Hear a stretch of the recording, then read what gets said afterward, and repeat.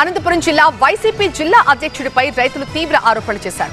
పేదల భూములు కబ్జా చేసి కంచె వేసేందుకు ప్రయత్నించడంపై మండిపడుతున్నారు. అనంతపురం జిల్లా తాడిపత్రి పరిధిలోని ఎర్రగుంటపల్లిలో వైసీపీ నేత ఆగడాలపై స్థానిక రైతులు తిరగబడ్డారు.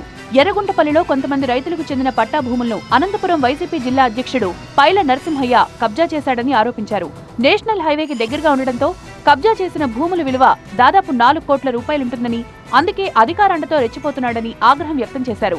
ప్రభుత్వం ఇచ్చిన పట్టాలు ఉన్నా పైల నరసింహయ్య దౌర్జన్యంగా తమ భూములు లాక్కున్నాడని ఆవేదన చెందారు. పైల నరసింహయ్య గత కొన్నాళ్లుగా వివిధ పార్టీలు మారుతూ అధికార పార్టీలను వాడుకుంటూ సామాన్యులు ఇబ్బందులకు గురిచేస్తున్నారన్నారు. ఈ క్రమంలోనే తాజాగా ఎర్రగుంటపల్లిలో పట్టా భూముల్లో కంచె వేసేందుకు ప్రయత్నించగా రైతులు అడ్డుకున్నారు. కంచె వేసేందుకు వచ్చిన వారితో వాగ్వాదానికి దిగారు. తమ పట్టా భూముల్లో ఎవరు పర్మిషన్ ఇస్తే కంచె వేయడానికి వచ్చారని ప్రశ్నించారు.